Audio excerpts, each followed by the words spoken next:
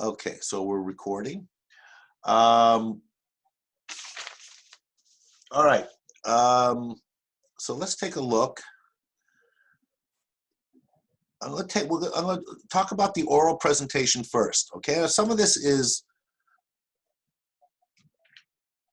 basic stuff that you need to know, and you'll notice that some of this is going to be, it applies mainly for an oral presentation that would be done in class. So some of it we have to make certain allowances for, and I get that, right? I'm fully aware of the restrictions we have, and I take that into account in all my assessments. But let's just take a look at some general um, principles involved with oral presentations. So, as I've said many times, and as a reminder, know your listeners, know your audience, okay? Again, I'm not going to read through it because you guys can read it yourselves, but I'm going to try to expand on it a little bit. An oral presentation is very different. It is, for the most, usually they're not recorded, okay? Because you're live, you're there in front of people. In our case, I will probably record it. Hopefully it'll convert, and so I can watch it again.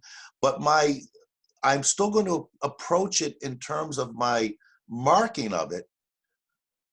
I'm going to react to it while you're doing it live, as I would if you were in the classroom. Okay, so that's going to be what I'm going to rely on for the most part. So when you're doing that, don't anticipate. Remember, your audience can't rewind, as it says here. They can't, as they would when I have your final report or in your midterms or anything else. I can go back at, as I do. I read over everything in your midterms. I read over everything 3-4 times.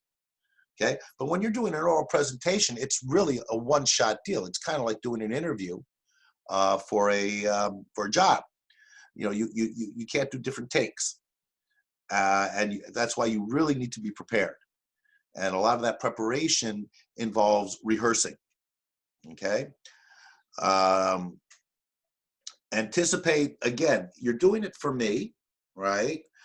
But you have to approach it realistically, that you would be doing it for, say, the tab administration.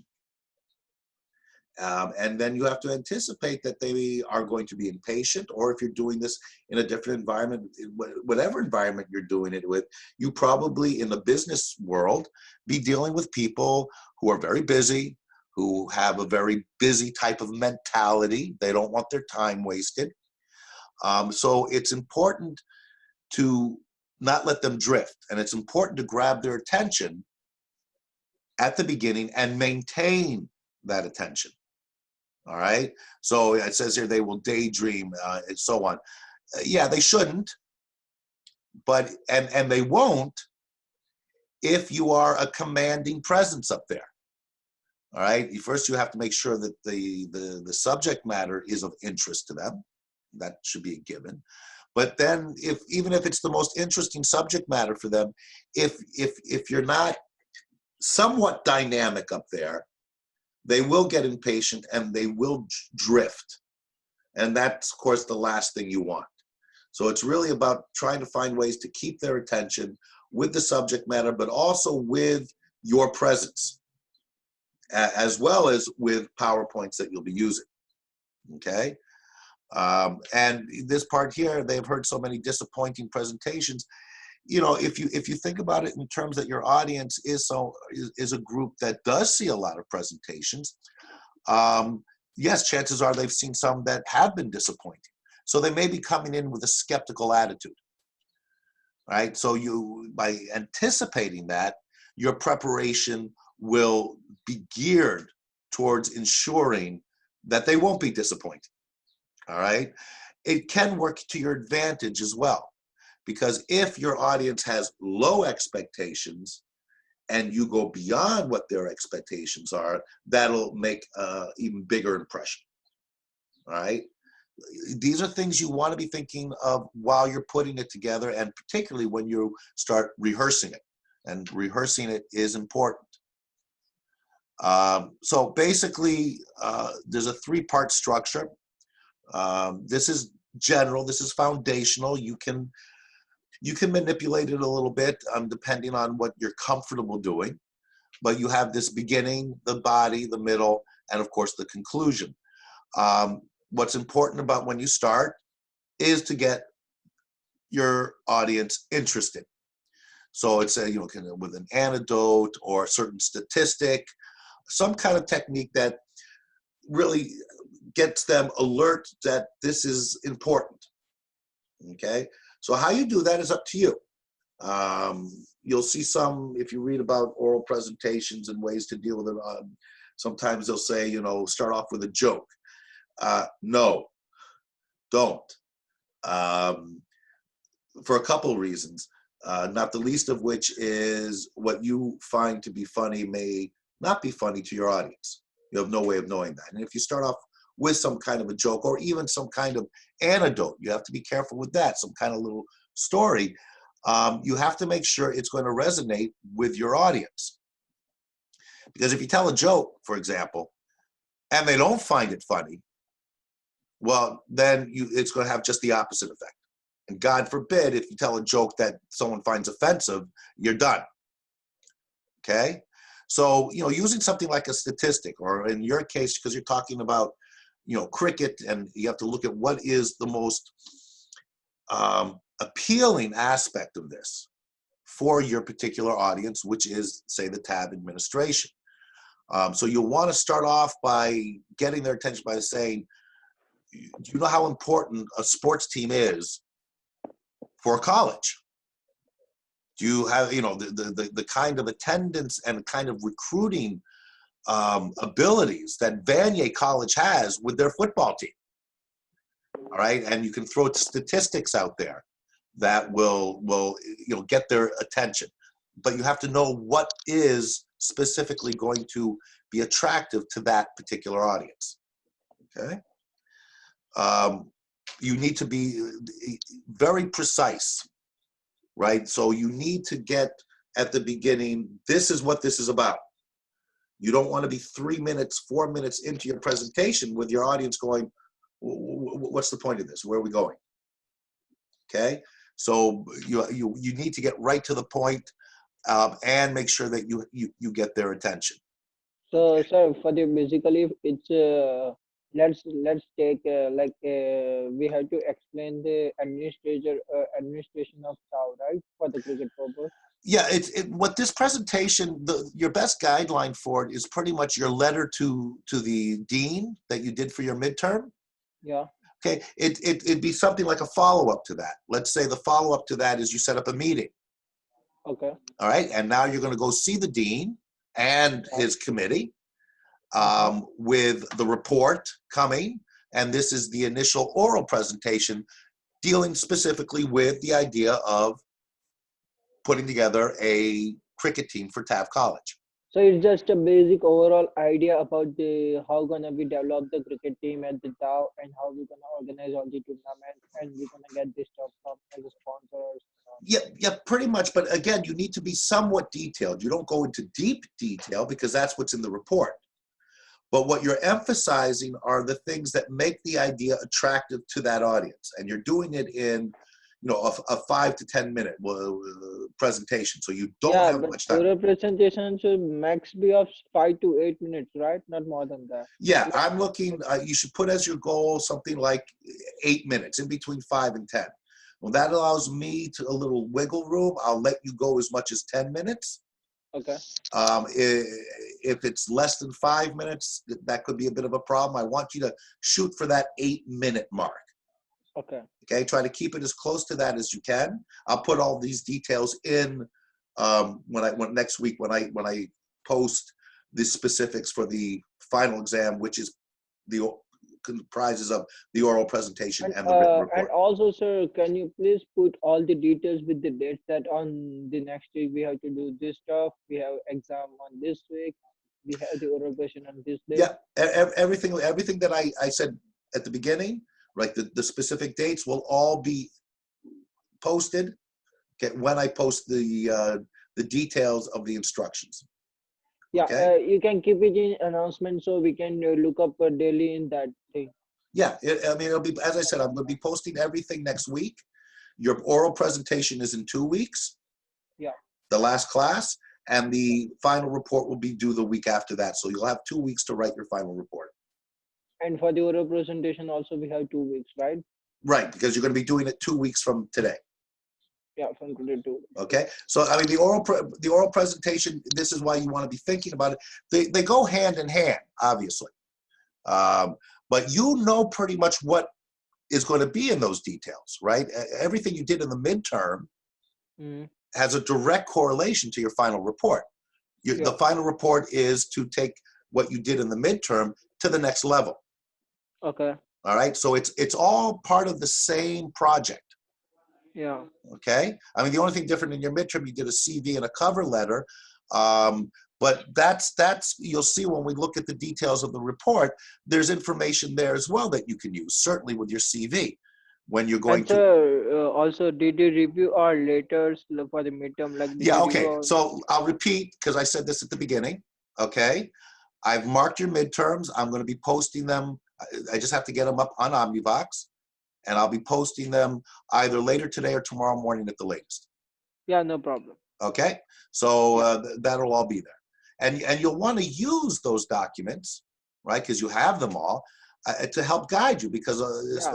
especially some of you were very detailed, and so you've already done some of the work that's going to help prepare you to do the final report. Exactly.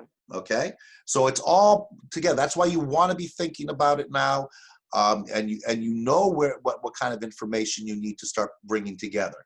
That's going to be necessary for that final report. Okay. So what you also want to be attentive to is here when I say segue into the body of the speech, and this comes again through practice, is you want to transition smoothly. All right, from the beginning where you're going to be giving, get their attention, explain the purpose, and then you're going to get into this section where you're going to be getting a little more detail.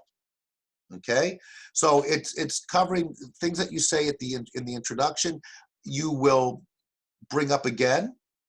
Okay, um, but you want to get focused on the things that lend themselves the best to this environment of an oral presentation. So you're not going to be able to go into the breakdown of the details of the budget, but you are going to want to mention what the overall budget is, because in a business environment, money is important. Okay.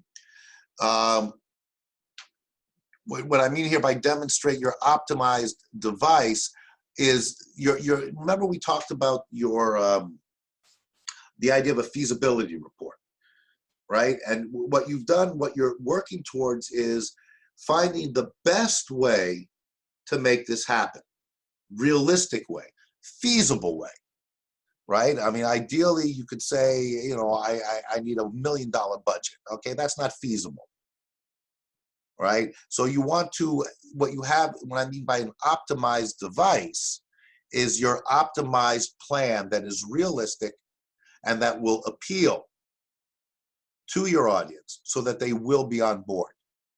Because remember, the attitude you're going into with this is if they say no, then it's over, right? If they say no, if this doesn't go well, then they're not even going to bother with your report. So you go in with the attitude is, of course you're going to agree with this because it's such a great idea. All right, it's going to address a number of different issues. It's addressing the sports and how sports is a recruiting device for the college, how it's good for the college community, right? International students, and how it's good for the community in which you all live. Okay, that not just as a recruiting device, but also the way the college can give back to the community. Right, this is always a big thing in business that businesses want to convey the attitude that they care about their communities, the communities that they serve. And this is another way to do that, right? Because people will come, it'll be a fun event, at the sporting event, and there'll be refreshments and so on. Okay? Again, this is your general 3-part structure that you want to follow. You can modify it. It all depends on what your approach is and what you're comfortable doing in an oral presentation environment. Okay? You do want to, as you're drawing to your conclusion, you can mention the problems or issues that you encountered. All right? This is an anticipation of objections. Right? So you want to address them as much as you can before it goes to the Q&A. Right? So that way you're not going to have them ask questions and then you have to answer them. You say, I know what questions you have. I'm going to demonstrate to you that I've done my research because I've anticipated your questions and your concerns, and I'm addressing them right now. Where are we going to play? Well, we've already looked into that. These are the fields where they're big enough for us to do a cricket practice and a cricket game. We've also we can secure indoor facilities, right? And there's a number of them out there where you can practice the batting and so on. It's not a full field, but it's a great place to conduct practices. And you've already looked at how much that would cost. It's incorporated into your budget. Practice once a week. Don't just say we're going to be practicing. You want to get into the details, both in the report and to some degree here in the oral presentation. Practices will be once a week, okay, or 3 times a week. That's up to you, okay. And then when you close out, you want to, politely remember you are very much not selling your idea, solely your idea. When you're doing an oral presentation, you're selling yourself, right? Your audience, you need your audience to have confidence that you can do this.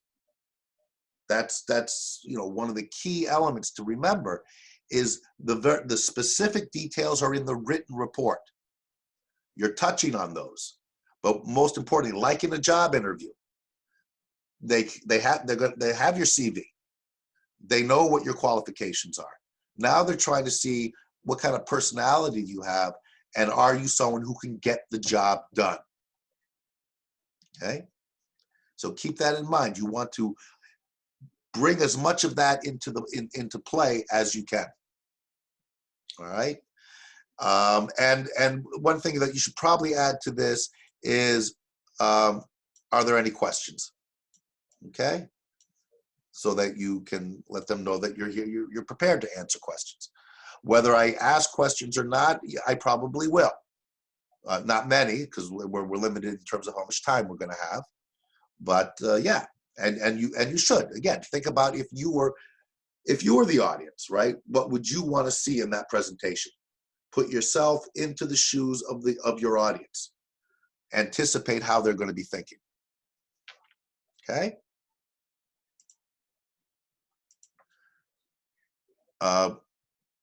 Okay, so cards versus paper. This is one of the ways when you get up there, and I've made assessments on literally hundreds of oral presentations. Okay, keep in mind this is not a class about public speaking. I take that into account. Okay, but at the same time, you want to elevate your game to its highest possible place. And what you may need, you don't have to, but most people do, is you're going to want to have some kind of notes to make sure that you're hitting everything that you need to hit. If you are so utterly familiar with the information you're going to be doing in the oral presentation, and if you've rehearsed it over and over again, you may not need notes. You may have memorized, well, not memorized, but absorbed it all, right? And you've practiced it enough that you can hit that timeline. But often people will come in with notes, and how you bring in those notes. Remember, it's very visual. So if you're coming up with crinkling papers and things like that, all right, that there might be better to use index cards, and maybe just one that you leave down there just to make sure that you're hitting your marks. You're hitting all the things that you want to bring up. You also want to make sure that it correlates what you're saying to the oral presentation, to the PowerPoints that you're going to have. Okay. What you don't, it's again, what's to be emphasized here with whatever notes you bring with you, use notes only for occasional references. Do not read the speech. Do not write something and just read it. I mean, if you have to, all right, I mean, I can't say no, but that kind of defeats the purpose, because it's very hard to keep the attention of an audience if you're just reading something, right? And even if it's a speech that can be read, writing a speech is very different than writing a report. The language, everything, the tone, everything has to be geared towards an audience that's going to hear you. It's a very difficult task for it to be able to come off properly. Okay, and just trying to memorize a speech, same problem. It's going to sound, as it says here, wooden, artificial, stilted. You want to be, and the way to not have to be that dependent on what you've written, and the way to avoid having to read everything, is your familiarity with the material. That's why I'm encouraging you now to really get in the zone, so when you come in, you know, this is what I'm here to tell you. Okay? It's like when I teach, I have some notes written down, the things that I want to cover. But if I was just to be here like this, reading to you while I'm teaching, how attentive are you going to be? All right? So it's again, think of it, because it genuinely is, it's a kind of performance. Right? You are standing there and everyone's looking at you.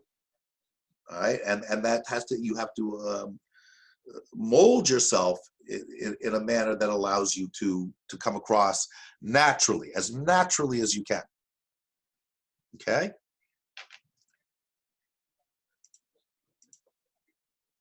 Okay, so a little saying here, the best way to sound like you know what you're talking about is to know what you're talking about. Be familiar with it. Believe in it, right? What your audience is looking for is to see, you know, how serious are you? You really care about this? Are you really into this? Do you have a passion for this? Do you know what you're talking about? And if you can convey that, then you will have the attention of your audience. If you don't know what you're talking about, you'll lose them. So be familiar with the material. Practice, practice, practice. It really comes down to that. You can practice in front of a mirror, you can record yourself, practice in front of friends, videotape yourself, which is, you know, you can easily do now, which in our case is probably not a bad idea, since the oral presentation is going to be in this kind of a format. So practice, practice, practice, and very important to practice to get your timing down. All right, 7, 8 minutes goes very quickly. All right, especially when you might be a little anxious or nervous because you're in front of an audience and so on. All right, so you really want to put aside the time you're going to need to prepare, specifically this. And keep in mind that everything you're doing in the preparation for this, yes, some of it is the performance aspect of it, but the information is the same information that you're going to be incorporating into your final report. Right? Everything here is connected, right back to your midterms. Okay, it's all part of one idea: cricket team and TAF.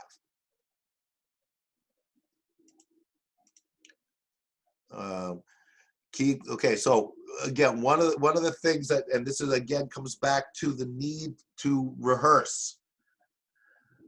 Often students, when they're doing oral presentations, are concerned about getting it in the right amount of time. So all of a sudden they really start talking fast, and they're talking so quickly because they're scared they're going to run out of time. And so they're going to try and bring up all these different things all at once, and they're going to be rambling at a speed that's going to be just about at the speed that I'm talking to right now. I can't tell you how many students I've had do this to me when they're giving oral presentations. And even if I put my hand up and go, guys, calm down, they keep rambling and rambling. Try not to do that. Okay? If you have practiced, and you know your material, and you know because you've practiced that you can do it in 7 minutes, you will come across as calm, and you'll be able to speak not too slowly, but not too fast. You'll be able to speak in a manner that is appropriate to trying to get the information to your audience and convincing them and persuading them that it's a great idea. Okay? So this is another one that you want to be attentive to. We all do these things to some extent. You know, and okay, and the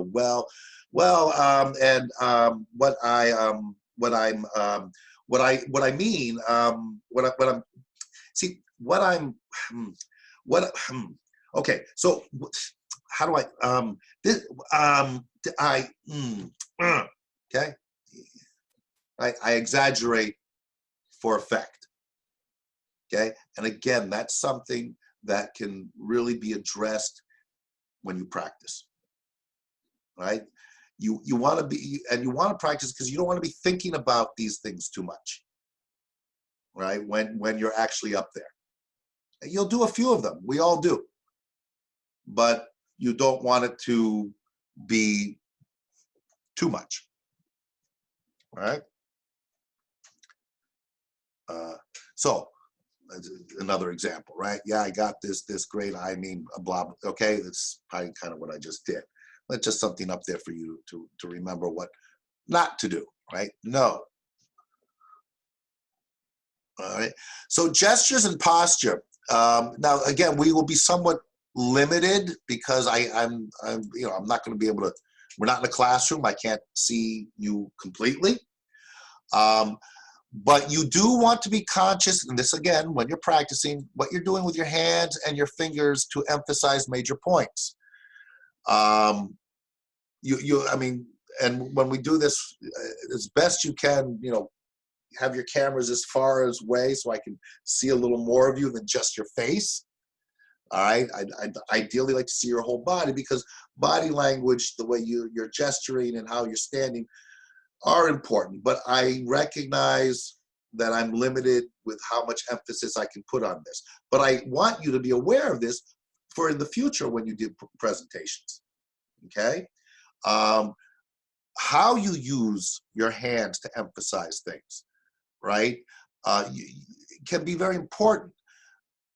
You can't overdo it, but it's really a very powerful means to get your audience, get their attention, right? If you're gonna say, you know, this, you know, like when you do things like that, you maybe don't want to do those quoting things with your fingers. You can, if you feel it's working, but be conscious of it, right?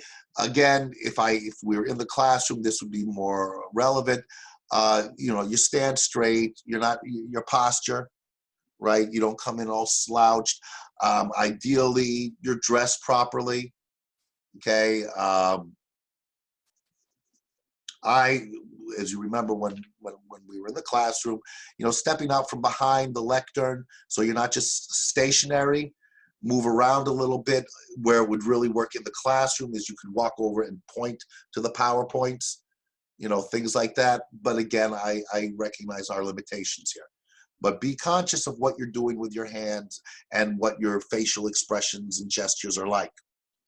All right, that's what I mean by point to the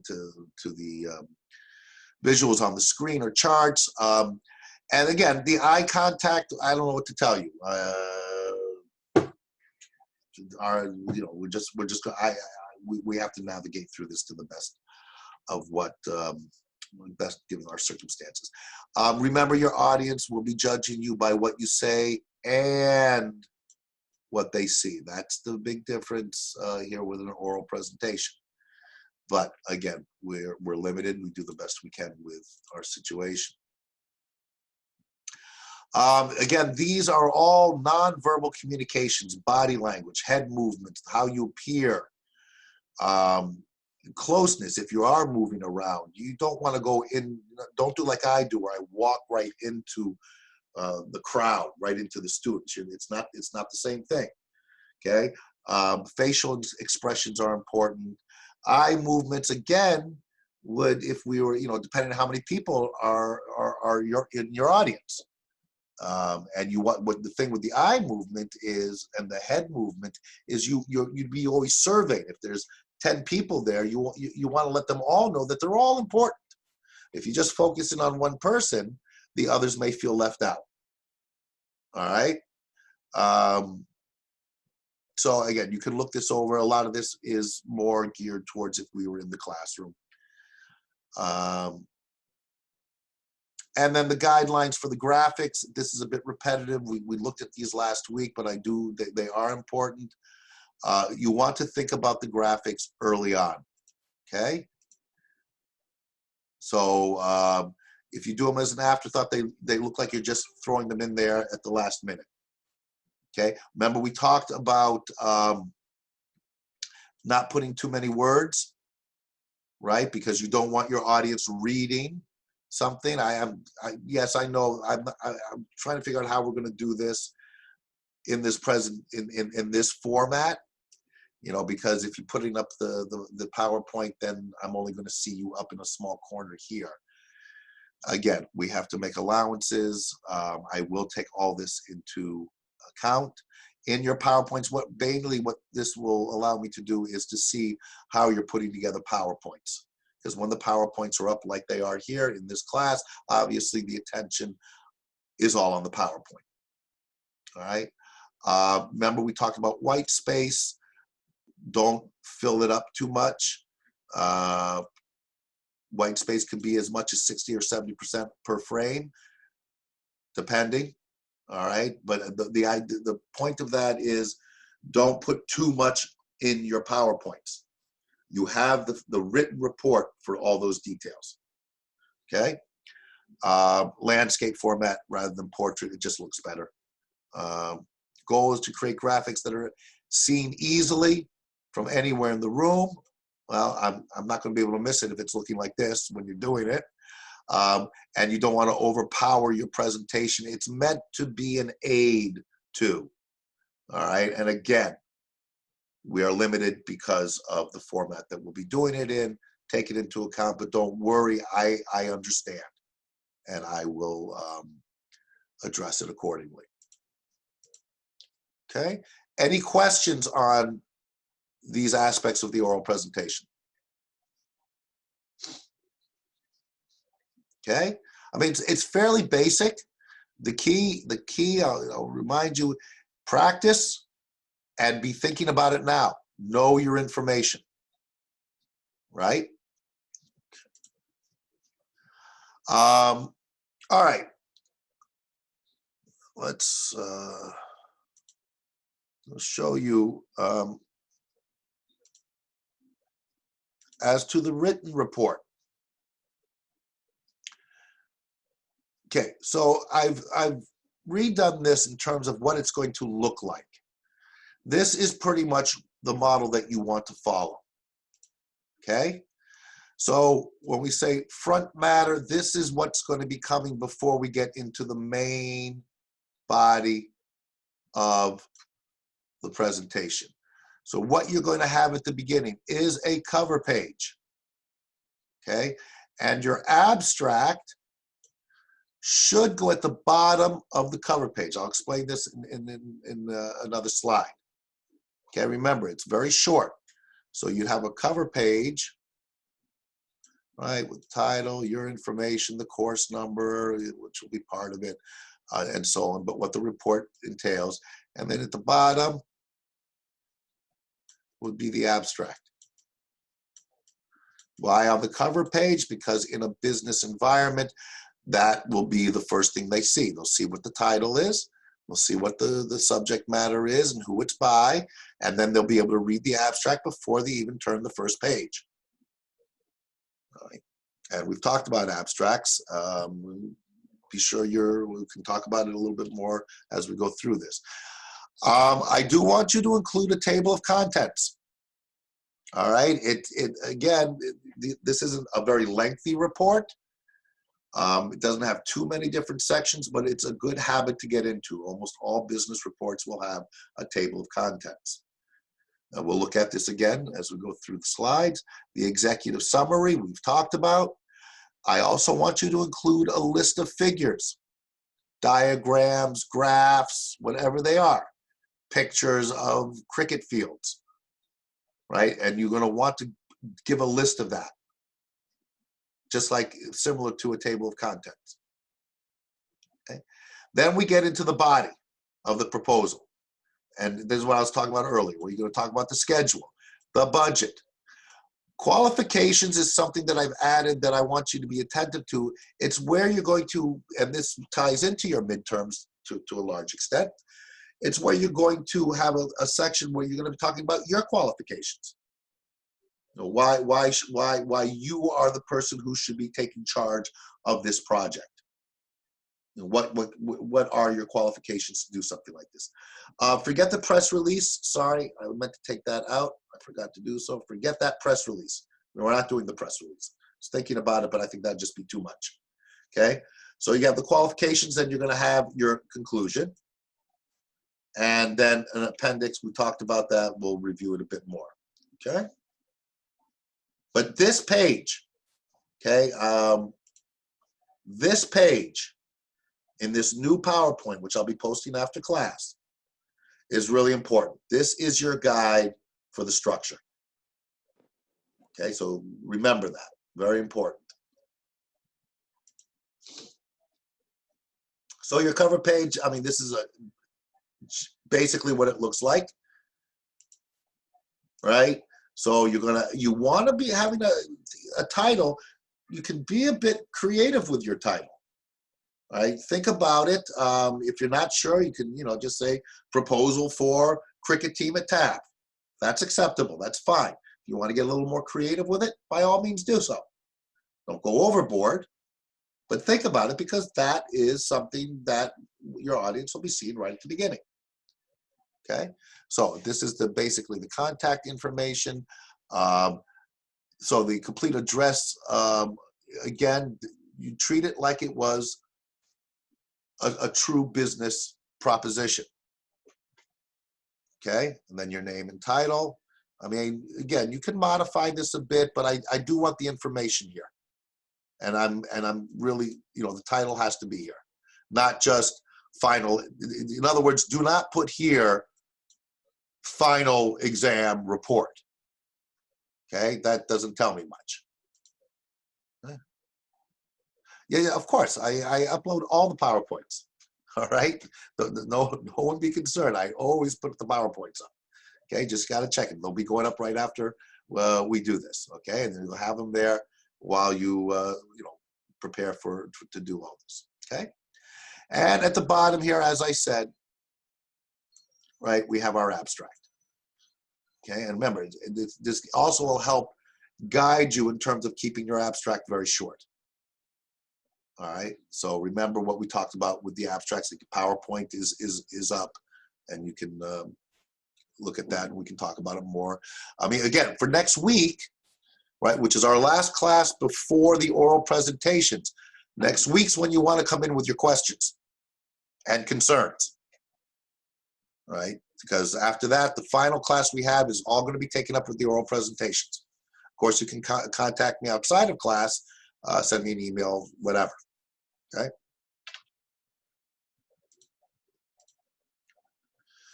Table of contents, standard format. Okay. It's not going to be 11 pages long. All right. I don't anticipate that. We'll talk about the length when we finish up with this PowerPoint. But this is how you want to do it. So you may have some things, the schedule and budget, they may be on the same page if it's short. Okay. That's fine. Put page 7 and page 7. Right, you obviously would have headers that will distinguish where the schedule is, where the budget is. Chances are the budget will have a page of its own, all right, because you're going to want some graphs on there. But this is where you're going to indicate what page everything is on. And again, forget this press release. All right.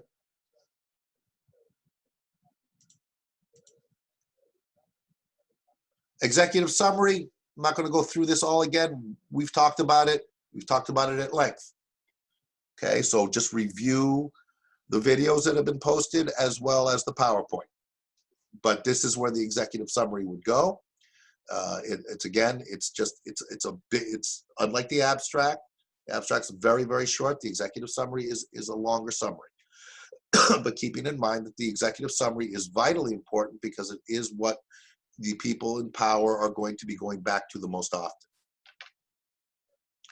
List of figures, kind of like your table of contents, right? So you have figure 1, which will have a title. We talked about this. You got to title it. You got a figure 1, it's a butterfly door, whatever it may be. These are just random, and what page it's on. Okay, and this will be a page of its own. Then you have your body. This is, as we discussed last week, and as is in the video and in the other PowerPoint, you know pretty much what to do in the introduction. When we get down to things like the statement of problem or the problem statement, right, you can put a section apart for that. You don't have to. You can have subheadings, however many subheadings as you want. You have to decide that. Okay, the statement of the problem, in this case, the problem is that, TAV doesn't have a cricket sporting team, which would be greatly beneficial to both the college and its students, right?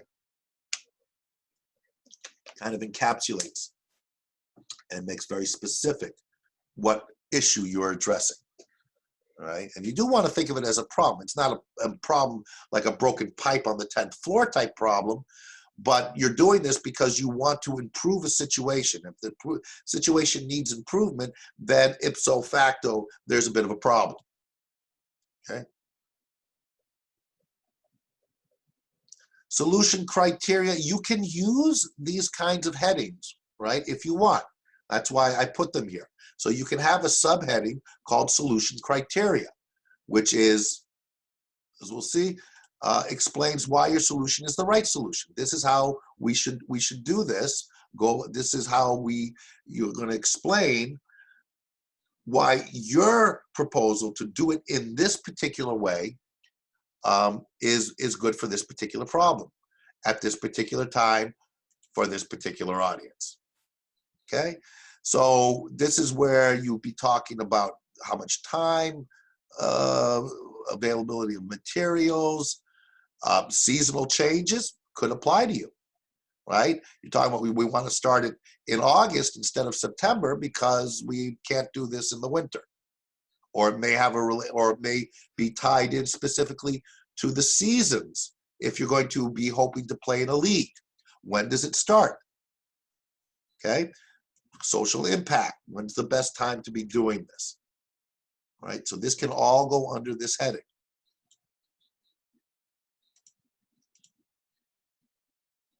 Plan of action, again, you can combine the solution criteria with the plan of action. You don't necessarily need 2 subheadings here, but you can if you want. This gets into the details as to how you're going to implement your solution. How is this all going to unfold? This is where you would incorporate data. You would have to explain where you got the data. Like if we're going to be part of this league from the Cricket Association of Quebec, and this is the timeline. This is when they start their games, and so on.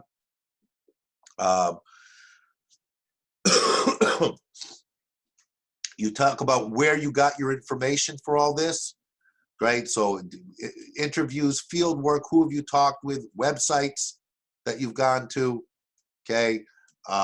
This is where you can talk about that you've contacted people at the sporting goods store,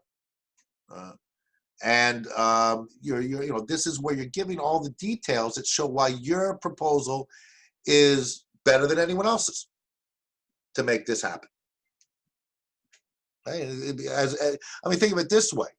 Let's say you're all wanting to lead this, lead a team to make a cricket team at TAV, but you're not all working together.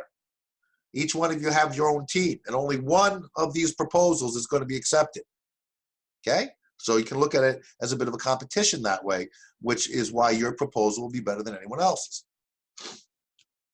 And why? Because you're more thorough in your research and you're whatever. This is where you can put some of that information in. Remember, you're trying to persuade people. You want to give a schedule of how everything is going to unfold. Again, this can be incorporated into the plan of action and the solution criteria, or you can give its own subheading. You know, so we want to have the equipment by such and such a date. Okay, we will need to send out information to the TAV community to see how many people are going to register for the team by such and such a date. This will allow us to know all the information we need so that we can actually have our first practice on such and such a date. In anticipating the first game of the season on such and such a date. Schedule, very important, okay? Be precise. Don't say sometime in August. Say August 14th, right? Be precise.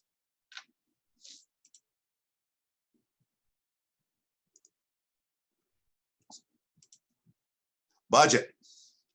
So we haven't talked that much about the budget. We did a bit back when we were in class. Budget is essential. Okay, strongly recommend you have a section just on the budget. And you want to break the budget down into details. Okay, so in the case of what you're working on, what is this going to cost?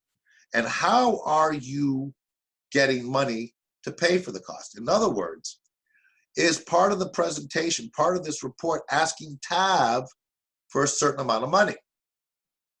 Doesn't have to be if you've got money from other sources.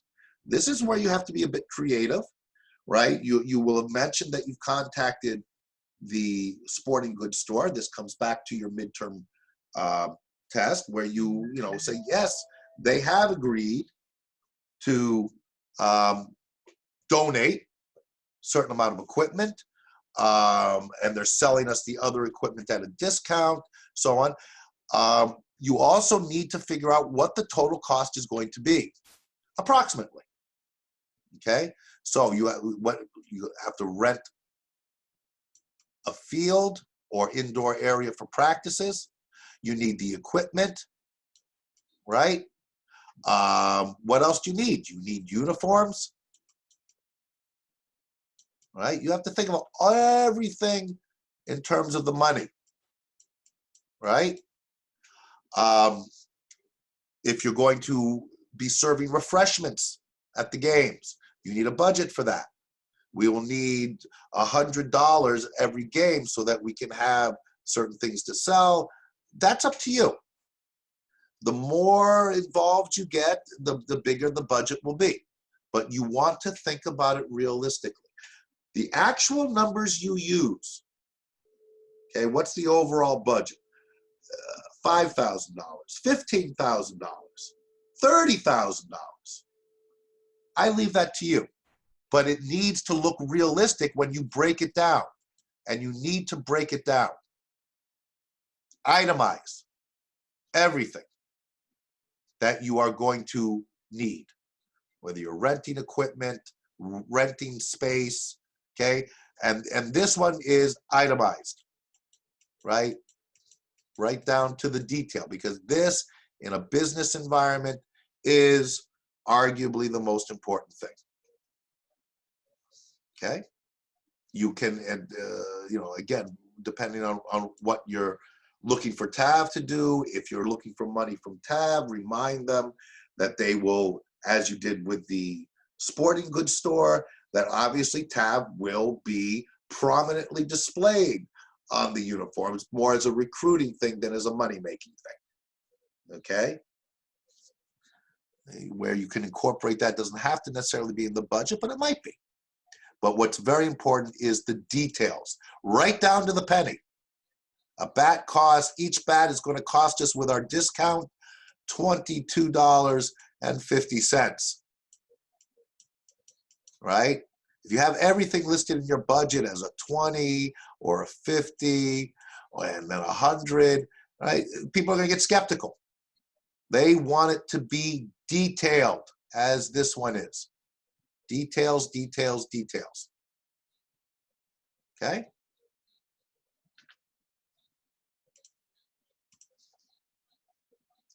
This part here is where, and I do recommend that you have a subheading for this one. And this will tie in with your CV to some extent. Okay? What are your qualifications? Why should we entrust you with putting this and taking this to it, all the way to its final conclusion? All right? So you're going to emphasize the things that make you qualified to be doing this, right? You can emphasize, your status as a student, of course, but your familiarity with cricket, your involvement in the TAV community, your involvement in your own community, right? If you've played cricket before, right? All these things should be incorporated here. Tell your audience why they should trust you. That's the key. All right, that's why I'm putting it in here. And you can draw on things that you put in your CV and cover letter to some extent. Okay, background, your student background and status, because again, you're addressing, this report is going to TAV administration. So your student status is important. Okay, so if you're members of any committees where you've been, gotten other things done as a student activist or whatever, any work experience that's relatable, internships, member of student organizations. Okay, do include this basic stuff as well, so that even if you are graduating sooner and you're not going to be around when they actually have the team, then maybe fudge that number a little bit, right? Because obviously they expect you to be there for the first year. Okay.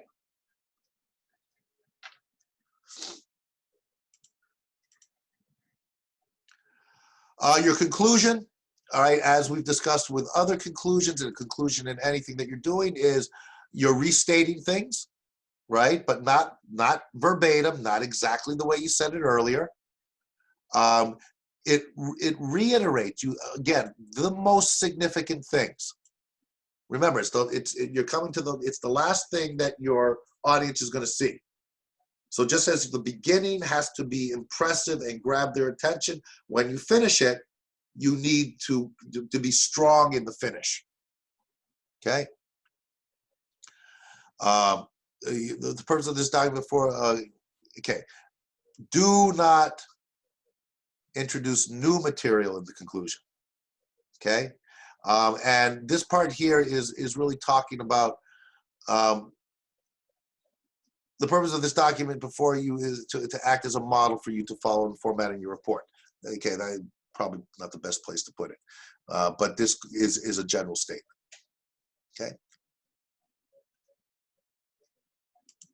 Remember, a big part of the conclusions, let your audience know that you're done. Styles, this is important in terms of your writing. Okay, this is a formal report. Academic, can be very technical at times. Neutral, meaning you don't be judgmental. Stay objective.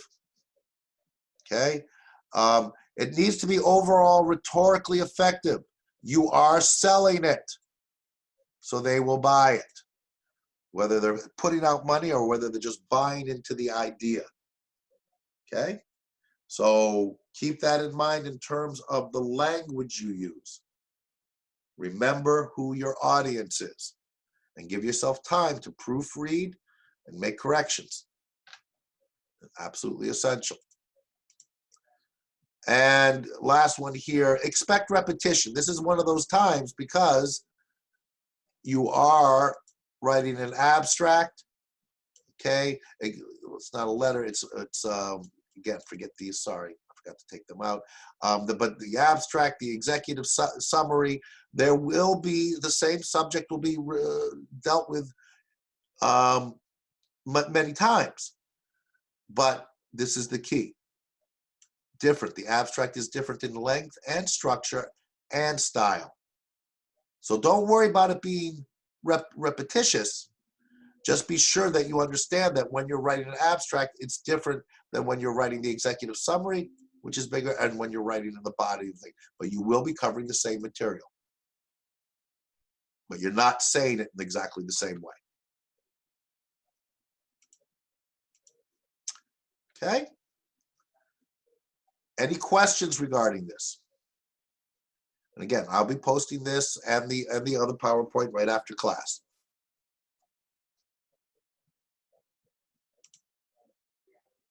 Is that all clear?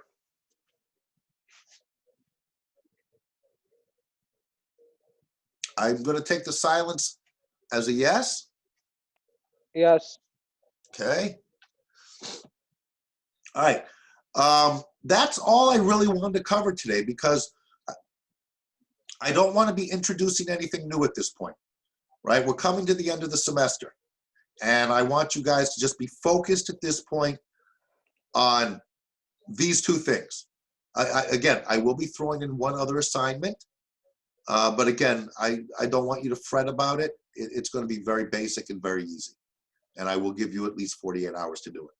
I just need that to finish off that 30% for the in-class assignments. But I really want you now, because what's important at this point is to find time, anticipate giving yourself enough time to do a bit of research, because you can't start writing this until you know what it is you're going to say. Okay? So if you don't have questions now, I'm certainly anticipating questions next week. Ideally, when we have class next week, you should already have notes jotted down, numbers in terms of budget, dates in terms of the schedule. You should already be putting together at least the semblance of an outline. You should also be thinking and maybe even putting together by next week PowerPoints for your oral presentation. It's the same material. If you're gonna do some research in terms of the budget, you can put it into a PowerPoint. You still have plenty of time to modify the PowerPoint, but you can get the information on it. And then that can be one of the PowerPoints you use in the oral presentation. And it may also have graphs or figures that you can put into the final report as well. Keep in mind that the stuff you put on your PowerPoint can also be used for your final report. You may have to just take portions of it because it has to fit into the final report, but it's all the same material. It's all dealing with the same subject. That good? Yes. Okay. All right. Again, I don't want to introduce anything new at this point, so that's really all I have for you today for class. Unless there's other questions or concerns. Right now, no. And sir, if we start writing the like, we're gonna gather the information in this week, and we start writing for the report. So, for the proofreading, would you be able to help us? Absolutely, as always. Send it to me, and I'll look it over and make the general comments. A number of you have already done that. So absolutely. Thank you for So, bringing it. yeah, no problem. And so I'm gonna start preparing the report from the next week. Before that, I am what gonna do is that to prepare for the oral presentation. Perfect. Everyone should be doing that. Okay. And yes, send me information if you're confused, if you're not sure, if you have a budget of $1.5 million. Yeah, that might be a problem. So revisit that. Okay. Try to make it as realistic as possible. Yeah, I just had a budget of $35,000. Perfect. All right. I mean, that sounds about right.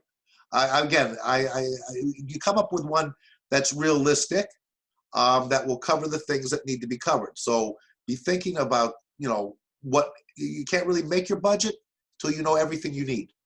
Yeah. Okay. So Yes. that's why you want to do the research And thinking that. also, I have just one question. Sure. Like, as in the midterms, we need to write a letter to the dean, right? No, this is just the report. So No, the no. For the midterms, we had done the letter writing to the mhm. dean of the college for the cricket team. So at that time, I have mentioned that we are going to prepare a cricket. We are going to introduce a new cricket team to the Tao College, and that I have just keep the one team, not the two, as we discussed in the class, because our college should have just one team, and another team should be from the another college to do the tournaments and all things. Yeah. Oh yeah. No, I think a number of you have information on the documents in your midterm that you'll be able to use. Yeah, but like I have one confusion that at the Tao College we are just going to introduce the one team, right? Not two teams. Yeah, I mean, if you, I mean, you can do two teams, I suppose, but no, I think you should be looking. Oh, I see what you're saying. If you have two teams and then you would just play within Tav College, if that's what you're thinking of doing, I think it's easier if you're just going for one team with the idea of getting them into a league. Yeah, so I'm just preparing for the one team. Yeah. But yeah, I mean, we talked about that at one point where you could have two teams and it would all just be those two teams playing against each other. But no, I think I mean, if you really want to go that route, if any other of you want to do that, Yeah, then because what I am supposed to do is that just introduce a one team at their college, and we can enter in the league with the other colleges team, or we can represent even with the other provinces team, or else we can represent to the Montreal from the Tao College. yeah, Because in the Montreal, no, like we don't have that much of cricket sport, so that's what we are. Their college is gonna introduce the cricket team, and they in future it might represent the Montreal. yes. And but of course, you need to put the information in the report about the league you want to join. Yeah. But sir, it should be realistic or what the league, because right now Canada is not having the realistic cricket league. Right. So yeah, I mean, you want to, as that's why I keep emphasizing, you make it as realistic as possible. But so we like for the names and all, we can bluff around for the league also, we can bluff around. A little bit, yeah. Not too much, but because there Yeah, are but leagues, yeah, there because are. in Canada I don't know about the cricket leagues and all. Because in India, if it should be in India, then we should have known, because we know many teams and all the things. All right, so but that's where you want to do a little bit of research. Okay, there Yeah, yeah, are leagues in Montreal. yeah. I gonna do the research for Yeah. that. Okay, because I've looked into it. There's not much, but you'd probably be to your benefit to get Yeah, I to. know it's there in the. I also have like I also contact. I have in contact with one person who is playing the cricket over here in Montreal. Yeah, I mean, just do a Google search. It'll come up. Yeah, I gonna Google it. Yeah. Okay. I mean, that's again, that's good advice for all of you because you want to explain where you're going to play, and that may incur more cost. If you're looking at a league and you're trying to find from a league site how much it costs to join the league, and you can't find that information, and it might be difficult, that's where you can play around a little bit. It'll cost, $2,000 to join the league for a full season. Okay. And so also I have like some problem with the budget. Like as I introduced the budget in the letter about 35, but it was just for the introducing the team, and for the league purpose we can have a different budget, right? Oh, absolutely. All you were doing in the letters in the midterm was general introduction, right? Yeah. Just Okay. So that's now you're getting into the details. That's why you need to do the research. Now, yes, now we need the numbers. okay. $35,000, $15,000, whatever it is, and this is why. Don't just say our budget's $15,000 or $30,000. Our budget is $30,000. Let me explain to you why, and you break it down to equipment's going to cost this, renting a field is going to cost this, uniforms are going to cost this, etc. Yeah. Other questions? No, Anyone else? I don't think so. It's enough for today, I Are we? guess. Yeah, I mean, again, I'm not going to introduce anything new at this point. Um, so once you start working on it, you can send me any questions, or send me something that you looked up or started writing. I'll respond to it. But Yes. try to come in for next week with, you know, with the questions and with some kind of an outline so we can look at it together and really start putting this together. And of course, don't forget the PowerPoints, because the oral presentation is the following week. The oral presentation is 2 weeks from today. Yeah. Are we good? Yeah. Yeah. Okay. Yes. All right. So we'll finish it up now.